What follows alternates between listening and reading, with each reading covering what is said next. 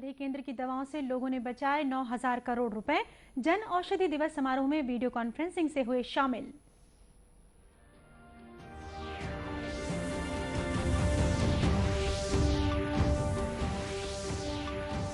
ने त्रिवेणी संगम राजिम में किया संत समागम का शुभारंभ। 15 दिनों तक चलेगा राजिम माघी पुन्नी मेला।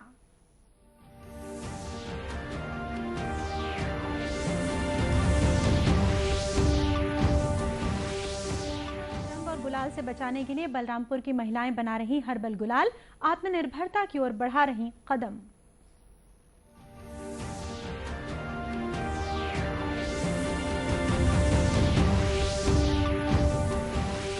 और अंतर्राष्ट्रीय महिला दिवस के अवसर पर महिलाओं को निःशुल्क मिलेगा road safety cricket world series प्रतियोगिता का पास।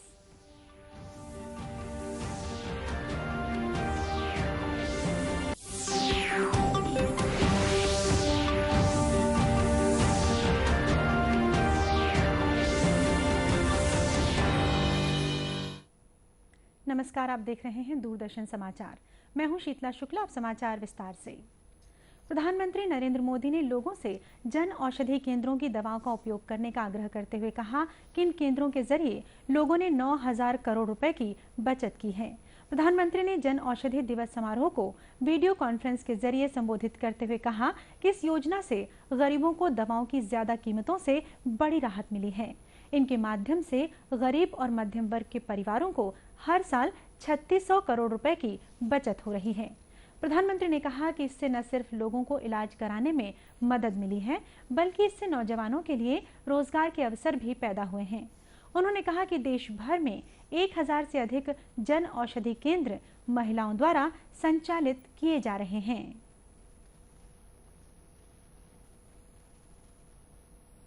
मैं आपको और आपके सभी नौजवानों को बधाई देता हूं। जब मैं आपकी बातें सुन रहा था तो ये सिर्फ मुझे ही प्रभावित करती थी ऐसा नहीं, मुझे ही प्रेरित करती थी ऐसा नहीं, लेकिन ये बातें आज दूरदर्शन के माध्यम से, टीवी के माध्यम से देश के जितने युवा सुन रहे हैं उन सबको आप प्रेरित कर रहे हैं, प्रेरणा दे रहे हैं। क्योंकि आपने कोरोना के संकट में अपने पिताजी को खोया, लेकिन उसमें से आपने समाज के लिए कुछ करने का संकल्प लिया और आपने धीरे धीरे 200-250 साथी बना लिए और घर घर आज भी आप जन औषधि पहुंचा रहे हैं। आप हर परिवार का कितना पैसा बचा रहे हैं और दवाई सस्ती मिलने के कारण वो दवाई के पीछे जरूरी जो भी खर्च करना पड़े वो करता भी है, तो कईयों की जिंदगी बचा रहे हैं। तो सचमुच में आप बहुत उत्तम काम कर रहे हैं। इधर छत्तीसगढ़ के दुर्ग जिले में भी जन औषधि केंद्र स्थापना दिवस का आयोजन किया गया। इसका शुभारंभ राज्यसभा सांसद सरोज पांडे ने किया। शुभारंभ के बाद सुश्री पांडे ने कहा कि केंद्र सरकार ने देश के हर हिस्से में दवाइयां पहुंचाने के लिए एक मजबूत व्यवस्था की है। ये योजना रोजगार और आय का भी एक विकल्प माना जा रहा है। जन औषधि केंद्र से जो लोगों को आर्थिक तौर पर जो अपनी शारीरिक तकलीफ को दवाइयों से कम नहीं कर पाते थे, देश के प्रधानमंत्री जी ने उनको ये अवसर दिया है जन औषधि केंद्र में। और इसके साथ ही साथ ये रोजगार का भी एक बड़ा साधन है, जहां पर 5 लाख रुपए तक की सहायता दी जाती है और 2 लाख रुपए अगर महिला है, विकलांग है, तो उनके लिए अलग से भी ये व्यवस्था की गई है। उल्लेखनीय है कि 2014 तक देश में 100 से भी कम जन औषधि केंद्र थे, जबकि वर्तमान में इनकी संख्या बढ़कर 7,500 हो गई है। राज्यपाल सुश्री अनुसुईया उइके ने त्रिवेणी संगम राजिम के पुण्य तट पर 15 दिनों तक चलने वाले माघी पुन्नी मेला में संत समागम का शुभारंभ किया। राज्यपाल ने इस अवसर पर कहा कि छत्तीसगढ़ की पवित्र नगरी राजिम में आयोजित माघी पुन्नी मेला में आकर अत्यधिक प्रसन्नता हो रही है। धर्म, आस्था और संस्कृति के संगम राजिम माघी पुन्नी मेले में देश भर से आए साधु संतों, श्रद्धालुओं का मैं हार्दिक अभिनंदन करती हूँ। उन्होंने कहा कि राजिम में महानदी, पैरी और सोढूर नदियों का संगम है, जो प्राचीन परंपराओं से जोड़े रखते हैं और नई पीढ़ी को इसका ज्ञान भी कराते हैं। उन्होंने कहा कि राजिम माघी पुन्नी जैसे आयोजन पर्यटकों को अद्भुत अनुभव देने और आकर्षित करने में सक्षम हैं। पर्यटन की दृष्टि से ये देश के एक अच्छे केंद्र के रूप में उभर सकता है। नई पीढ़ी के लिए तो मैं यही कहना चाहूँगी कि वो अपनी संस्कृति, अपनी आध्यात्मिक और इस तरह के आचार विचार और संस्कार, ये सारी चीज़ें इससे मिलती है। और जिस भी व्यक्ति में इस तरह के संस्कार आ जाए तो वो समाज और देश के लिए बहुत आगे कार्य करता है और उसका जीवन भी आगे बहुत उज्जवल होता है, क्योंकि यही विचार हमारी। और जो व्यक्ति इससे आध्यात्मिक रूप से जुड़ता है, कोई भी व्यक्ति, वो कभी जीवन में दुखी नहीं होता और हमेशा अच्छे कार्य समाज के लिए, राष्ट्र के लिए करता है। कार्यक्रम में मौजूद धर्मस्व एवं जिले के प्रभारी मंत्री ताम्रध्वज साहू ने कहा कि हम मेले को लगातार अच्छा बनाने का प्रयास कर रहे हैं। हमारी सरकार ने स्थानीयता को ही ध्यान में रखते हुए मेले का स्वरूप बदला है। हमने श्रद्धालुओं की सुविधा का पूरा ख्याल रखा है। कार्यक्रम में विधायक धनेन्द्र साहू, अमितेश शुक्ल, संत श्री विचार साहेब एवं सिद्धेश्वरानंद जी महाराज विशेष रूप से मौजूद थे। केंद्रीय रिजर्व पुलिस बल के 82वें वर्षगांठ के अवसर पर जगदलपुर के लालबाग मैदान में विभिन्न कार्यक्रमों का आयोजन किया गया। इस कार्यक्रम में हथियारों एवं विशेष उपकरणों का प्रदर्शन, सांस्कृतिक कार्यक्रम, हथियार ड्रिल तथा समूह पीटी के साथ ही केंद्रीय रिजर्व पुलिस बल द्वारा राष्ट्र सेवा के लिए दिए गए बलिदान एवं कार्यों के संबंध में वृत्त चित्र का भी प्रदर्शन किया गया।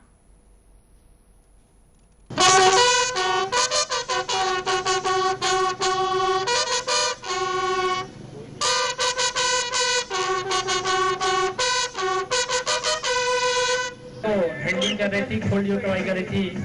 अभी आप कुछ ही समय में देख पाएंगे कि 5.56 इंसास राइफल और AK-47 को किस तरह से एक हाथ से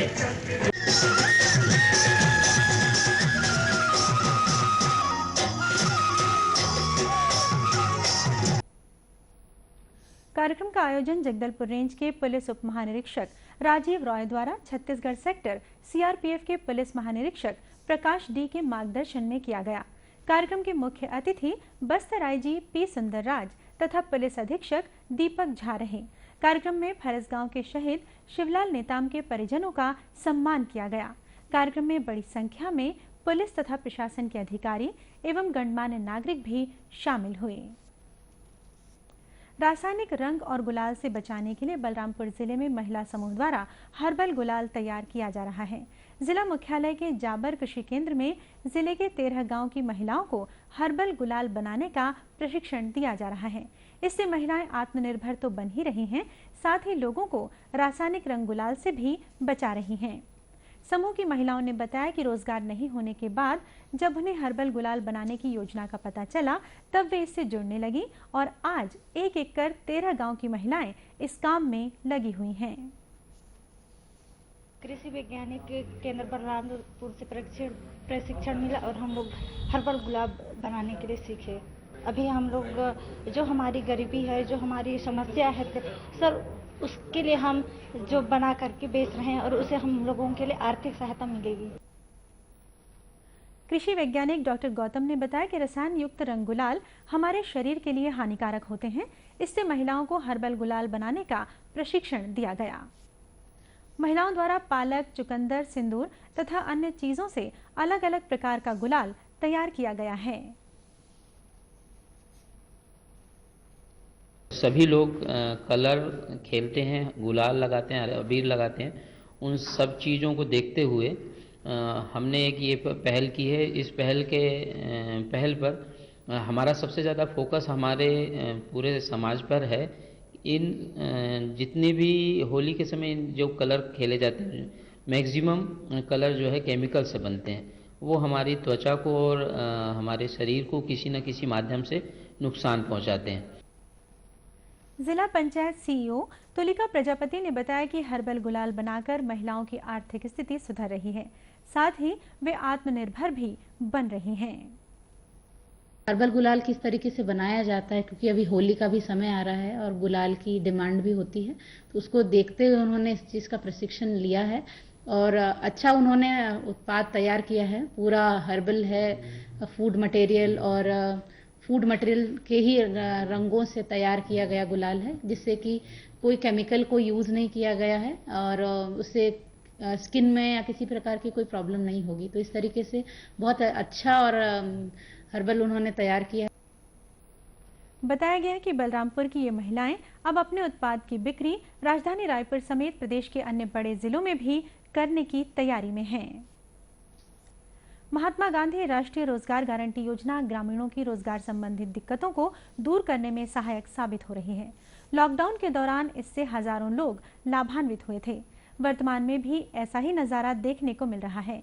दुर्ग जिले के अंतर्गत पाटन विकासखंड के गांव में मनरेगा के तहत तालाबों का निर्माण, गहरीकरण, गौठान निर्माण व नाला निर्माण सहित अनेकों कार्य शुरू किए गए हैं, जिससे ग्रामीणों को बड़ी संख्या में रोजगार उपलब्ध हुए हैं। ग्रामीणों का कहना है कि मनरेगा में मिल रहे कामों से अब उनकी आर्थिक परेशानियां दूर हो गई हैं। आर्थिक स्थिति हमारी अच्छी नहीं थी, हाल कमाना और हाल खाना है। मैं जब भी मनरेगा का पैसा मिलता है मेरे बच्चों को पढ़ाई में और खेत किसानी में लगाती हूँ, क्योंकि हमारे गांव में खेत किसानी के अलावा कुछ नहीं है। हम लोग मनरेगा का काम शुरू होने का इंतजार करते रहते हैं। हम पंचायत में जाके अपने सरपंच मेट मुंशियों से सब बोलते हैं कि काम दिलाओ काम दिलाओ, तो ये लोग ऊपर ले जाते हैं पाटन तक, फिर हम लोगों के लिए काम देते। काम करने से बहुत फायदा है। पहली तो घर बैठे रहे हैं, जब से रोजगार गारंटी चला थे तो मेहनत करा था ना, बहुत फायदा मिला था मल्ला। वो पैसा से हमन अपन लोग लइका पढ़ाथन, खेती किसानी करथन। अब एक मुश्त पैसा भी मिल जाते हमला। दुर्ग जिले के डिप्टी कलेक्टर व पाटन जनपद पंचायत के सीईओ मनीष साहू ने बताया कि जिले में मनरेगा के तहत अब तक ग्रामीणों से 45 लाख मानव दिवस का काम लिया जा चुका है। नरेगा का मुख्य उद्देश्य तो रोजगार देना है, लेकिन हम रोजगार के माध्यम से भी चाहते हैं कि ऐसी परिसंपत्ति निर्माण हो जाए जिससे गांव को लाभ हो। जैसे कि यहाँ सेलूद में अभी तालाब निर्माण किया जा रहा है, तो इसमें पानी यदि स्टोरेज होता है बारिश के दिनों में तो वाटर लेवल बढ़ेगा और यहाँ के लोगों को, किसानों को फायदा होगा। मनरेगा की राशि बढ़ाए जाने से भी ग्रामीणों में अच्छा खासा उत्साह देखा जा रहा है। इस योजना के तहत ग्रामीणों को प्रतिदिन 190 रुपए के हिसाब से रोजी दी जा रही है, जबकि पहले 167 रुपए प्रतिदिन ही दिए जाते थे। अंतर्राष्ट्रीय महिला दिवस के अवसर पर महिलाओं को नया रायपुर में हो रहे road safety cricket world series प्रतियोगिता का निःशुल्क पास दिया जाएगा।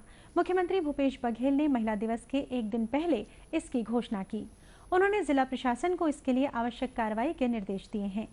उल्लेखनीय है कि सड़क सुरक्षा के प्रति जागरूकता बढ़ाने राजधानी रायपुर के शहीद वीर नारायण सिंह अंतर्राष्ट्रीय क्रिकेट स्टेडियम में 5 मार्च से 21 मार्च तक road safety cricket world series का आयोजन किया जा रहा है, जिसमें भारत के अलावा बांग्लादेश, श्रीलंका, इंग्लैंड, दक्षिण अफ्रीका और वेस्ट इंडीज समेत कुल 6 देशों की लीजेंड टीमें भाग ले रही हैं।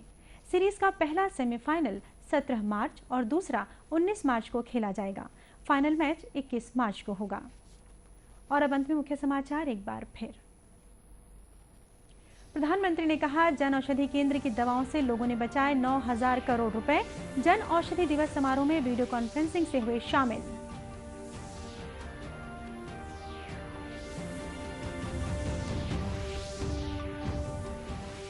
राज्यपाल अनुसुईया उइके ने त्रिवेणी संगम राजिम में किया संत समागम का शुभारंभ। 15 दिनों तक चलेगा राजिम माघी पुन्नी मेला।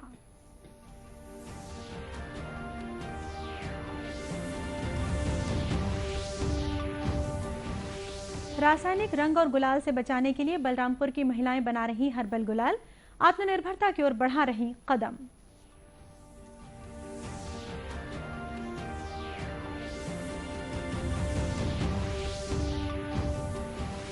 और अंतर्राष्ट्रीय महिला दिवस के अवसर पर महिलाओं को निःशुल्क मिलेगा road safety cricket world series प्रतियोगिता का पास। इसी के साथ ये समाचार बुलेटिन यहीं समाप्त हुआ। नमस्कार।